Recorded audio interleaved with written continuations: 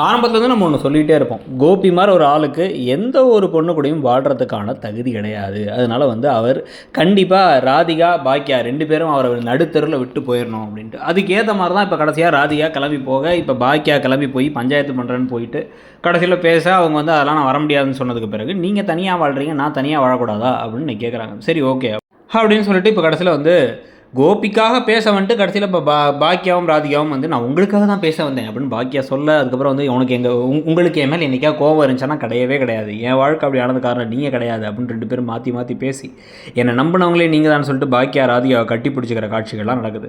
ஒரே நாள் இரவுல திடீர்னு வந்து பார்த்தீங்கன்னா எப்படி கோபி நல்லவர் ஆகிட்டாரோ நெஞ்சு வலிக்கு பிறகு, அதே மாதிரி வந்து ராதிகாவுடைய அம்மாவும் நல்லவங்களாகி அவங்கள்ட்ட வந்து இவங்க பாக்கியாவே நீங்கள் கவலைப்படாதீங்க எல்லாம் நல்லபடியாக இருக்கணும் ஆறுதல்லாம் சொல்லிட்டு வராங்க.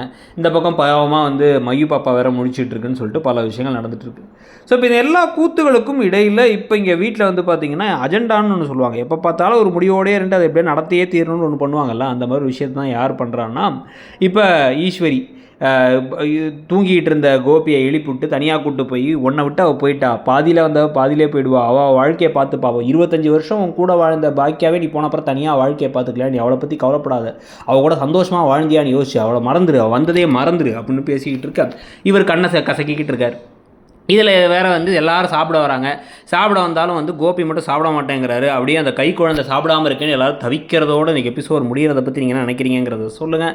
அப்படியே கீழே இருக்க ஃப்ளிப்கார்ட் லிங்க்கெல்லாம் பார்த்தீங்க அப்படின்னா வந்து வேலண்டைன்ஸ் டேவை முன்னிட்டு பல ஆஃபர்ஸ், டாய்ஸ்லேருந்து அதுக்கப்புறம் சாக்லேட்லேருந்து ஷூஸ் ஜுவல்லரி எல்லாத்துக்குமே இருக்குது. அதில் உங்களுக்கு பிடிச்ச ப்ராடக்ட்ஸை பர்ச்சேஸ் பண்ணிக்கோங்க. தேங்க்யூ.